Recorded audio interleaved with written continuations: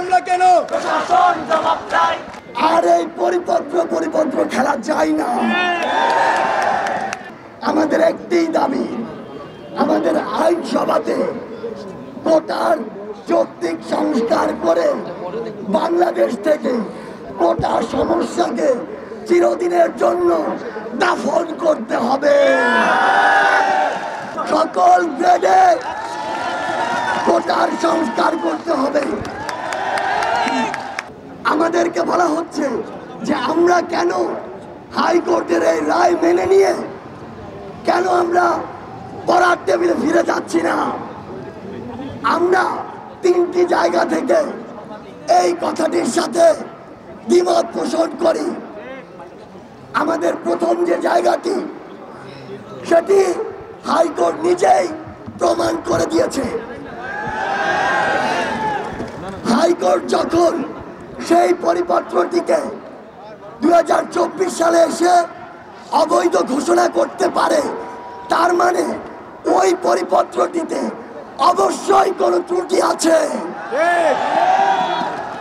সেই ত্রুটিপূর্ণ পরিপত্রটি আবার যদি 2024 সালে হাইকোর্টের মাধ্যমে বহাল করা হয়, তবে আমরা বিশ্বাস করি আবার কিছু মাস পরে কিংবা কিছু বছর পরে সেটি আবার অবৈধ ঘোষণা করা হতে পারে। আমরা যে এক দফা দাবি নিয়ে আমাদের এই আন্দোলনটি করছি, তার সবচেয়ে গুরুত্বপূর্ণ যে কথাটি, সেটি হচ্ছে আমরা চাই বাংলাদেশের সরকারি চাকুরিতে সকল গ্রেডে, আমি আবারও বলছি, সকল গ্রেডে কোটার সংস্কার করতে হবে। কিন্তু 2018 যে পরিপত্রটি, সেটি ছিল শুধুমাত্র প্রথম এবং দ্বিতীয় গ্রেড নিয়ে। বাংলাদেশের যত মানুষ এই প্রথম ও দ্বিতীয় গ্রেডে জব করে, তার চেয়ে অনেক অনেক বেশি মানুষ তৃতীয় ও চতুর্থ শ্রেণীতে জবগুলো করে। এই যে এত বিশাল একটি জনসংখ্যা, তাদেরকে উপেক্ষা করে কিভাবে বাংলাদেশ এগিয়ে যায়? তাই আমরা বিশ্বাস করি মেধাভিত্তিক স্মার্ট বাংলাদেশ গড়ার জন্য সরকারি চাকুরিতে প্রতিটি গ্রেডে এই কোটার সংস্কার করতে হবে।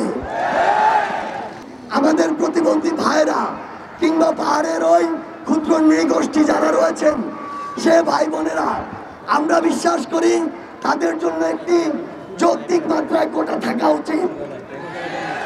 যেহেতু সংবিধানের এটি বলা হয়েছে, এখন 18 পরিপত্র দেখলে আপনি দেখতে পাবেন এখানে কোনো কোটা নেই।